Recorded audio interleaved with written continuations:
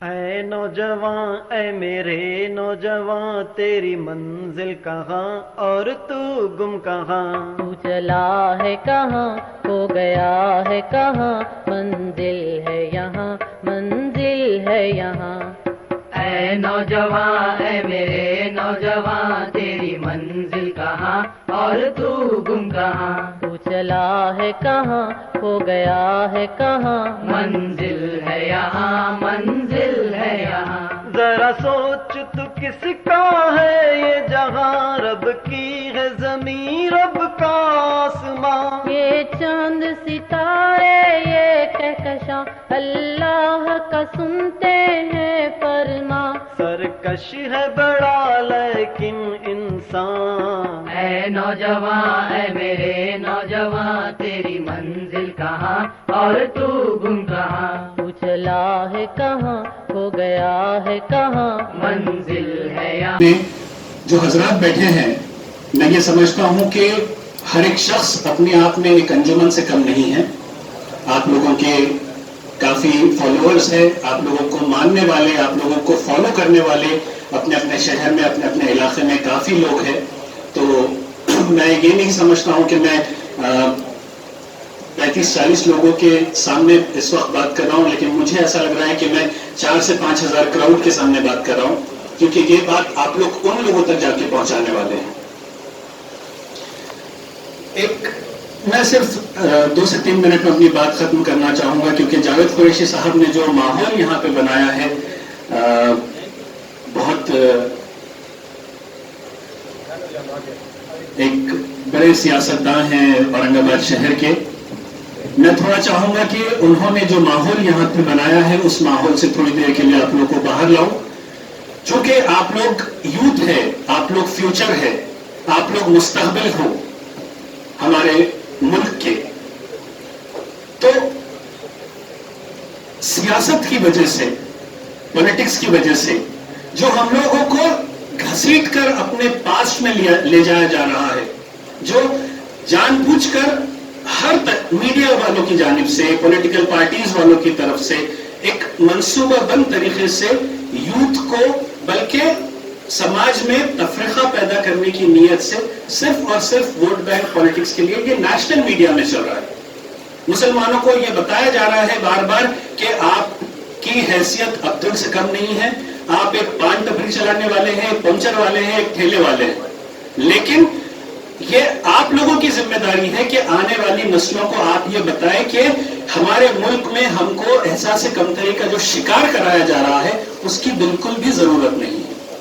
جتنے multi national companies ہیں، جتنے کارپوریٹ سیکٹرز ہیں، جتنے بیوروکریٹس میں ہم ہیں، ہمیں یہ بتایا جاتا ہے کہ ہم 2% ہے، 1% ہے، لیکن ہمارا وجود ہے۔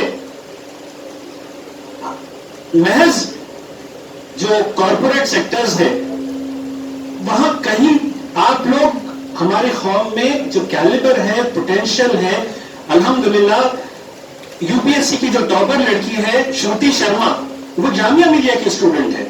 یو پی ایس سی کا ابھی جو رزلٹ آیا اس میں 23 مسلم بچوں نے کوالیفائی ہوئے ہیں یو پی ایس سی میں۔ ہم لوگ U P S C qualify کر رہے ہیں، ہم لوگ M P S C qualify کر رہے ہیں۔ آج الحمدللہ ایجوکیشن کا ہمارا ریشو بہت بڑھ گیا ہے، لٹریسی ریٹ الحمدللہ بڑھ گیا ہے، تعلیمی ادارے چھوٹے چھوٹے گاؤں دیہات میں پہنچ چکے ہیں۔ ضرورت ہے صرف جو ڈراپ آؤٹس ہیں، جن لوگوں نے تعلیم سے اپنے بچوں کو دور لے کے چلے گئے، ان لوگوں کو کھینچ کے واپس اسکول میں لانا ہے۔